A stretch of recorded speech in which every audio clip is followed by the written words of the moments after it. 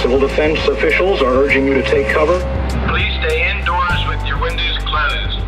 In March of 1979, Americans awoke to a nuclear nightmare. The potential is there for the ultimate risk of a meltdown at the 3 Mile Island atomic power plant outside Harrisburg, Pennsylvania. In the worst case, a massive amount of radioactive material would be spewed into an area 5 to 10 miles in diameter and 20 miles downwind. The president tried to quell the panic. The president's trip here was a dramatic gesture. Within the next few days, important decisions will be made. But the accident had fundamentally changed the nuclear power industry. What we have to do is to call for an end to the nuclear age in its entirety. Now, more than 3 decades after 3 Mile Island cast a shadow on the atomic dream, is America again ready to embrace the promise of nuclear power?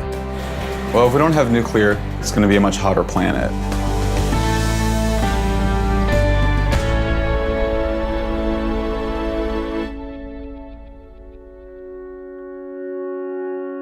One morning, Nuclear Regulatory Commissioner Victor Galinsky received some startling news.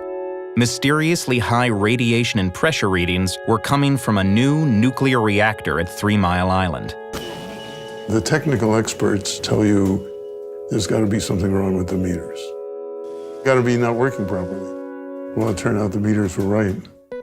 An accident at the 3 Mile Island nuclear power plant, which is located on an island in the Susquehanna River, 10 miles from Harrisburg. The cooling system broke down this morning. Some radioactive steam escaped into the air. Radiation was detected a mile away from the plant. The plant's controlled nuclear reaction was supposed to create steam that spun a turbine generating electricity. But on this day, a sudden cascade of problems left the reactor's operators scrambling to regain control. Some officials began to fear the worst: molten uranium melting through the bottom of the reactor, what scientists had dubbed the China Syndrome, as if the fuel could melt through to the other side of the world. A new blockbuster movie had already primed the public for such a catastrophe. The China Syndrome. Only a handful of people know what it really means, and they're scared. As federal regulators and the plant's operator, Metropolitan Edison, struggled to stabilize the overheated reactor, they were confronted with a new worry: a potentially explosive hydrogen bubble that had formed near the top of the reactor core. It prevents the use of the reactor's ultimate safety system, increasing the risk of a meltdown. And if the bubble bursts, then what? There was a tremendous scare that the reactor could just blow up.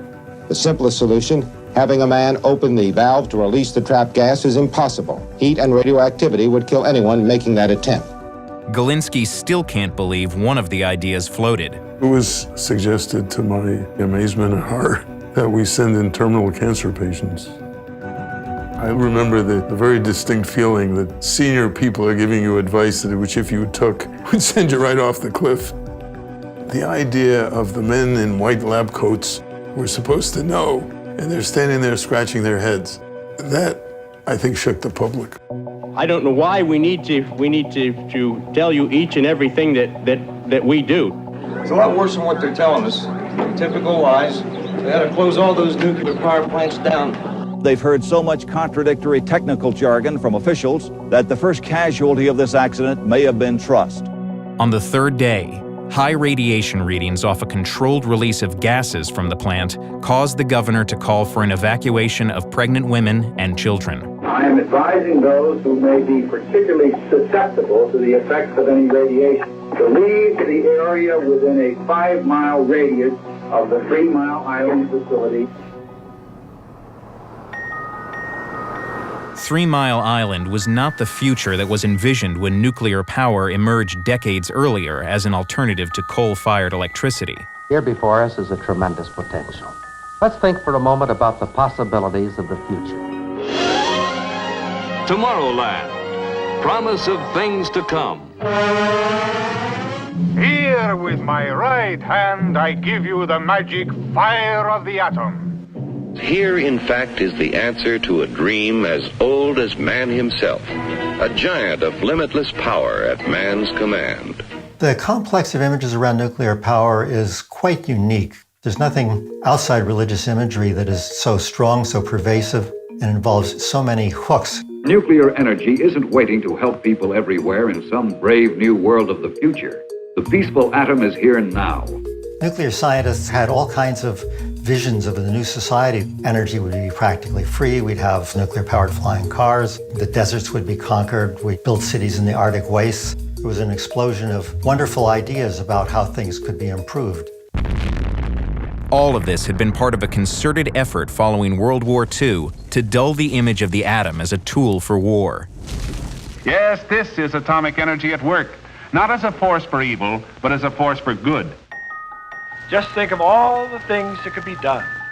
The pitch worked. Increasingly powerful reactors, like those at 3 Mile Island, were scaled up quickly, with regulators telling the public that nuclear power safety was assured. The plant is operated by highly trained people who are assisted in their efforts by the most sophisticated technologies available.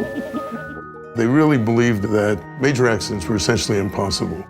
3 Mile Island proved that nuclear power's experts were wrong. What are the dreams? 3 Mile Island. People start moving out and there's lots and lots of traffic, and then all of a sudden, it blew up. 12 days after the sirens of 3 Mile Island turned the communities around the plant into ghost towns, all public advisories were finally rescinded, and the 140,000 people who had fled were told to return home.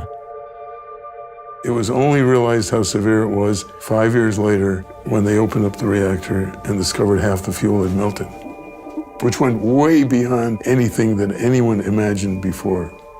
No one died at 3 Mile Island, and in the end, it was never proven that the radiation releases created any lasting harm. Some of the fears, like the hydrogen bubble, were later shown to have been unfounded. But the meltdown itself could have been much worse were it not for several timely discoveries, including technicians realizing that a crucial pressure valve had stuck open, an initial contributor to the meltdown. It would eventually have eaten its way through the bottom of the pressure vessel. And from then on, all bets are off. It's kind of like you're beyond anything that's been studied.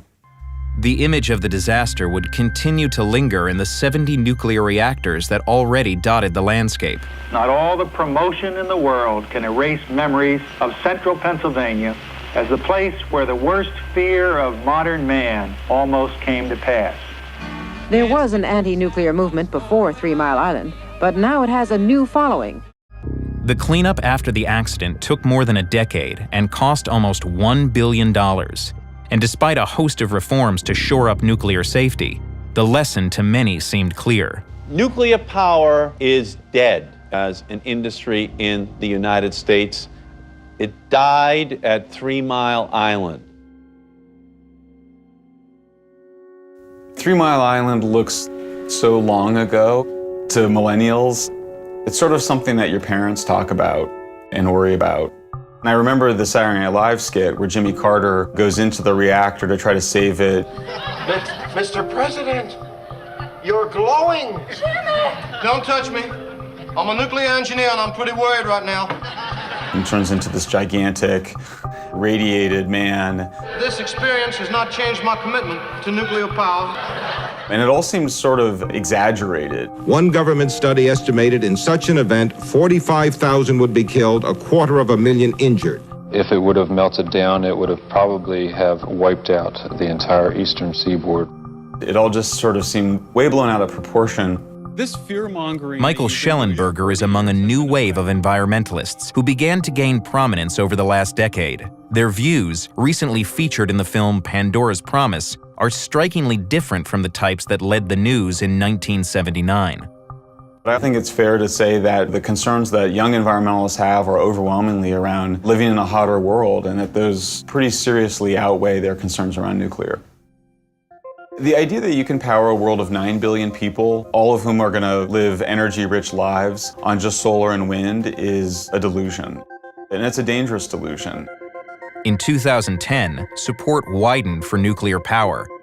nuclear energy remains our largest source of fuel that produces no carbon emissions. President Obama announced roughly $8 billion in loan guarantees to break ground on the first new American nuclear plant in 3 decades. To break through from this 30-year slump, but we're really talking about a nuclear renaissance. Although it continued to confront economic headwinds, such as cheap natural gas, the industry weathered expensive safety improvements, pushed plant performance, and developed a host of new theoretical designs that promised a bright future for a power-hungry public.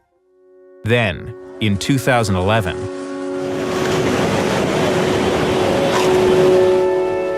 first an earthquake, then a tsunami, and then a nuclear disaster. The Japanese government now says 2 reactors are in partial meltdown and 4 more are at risk.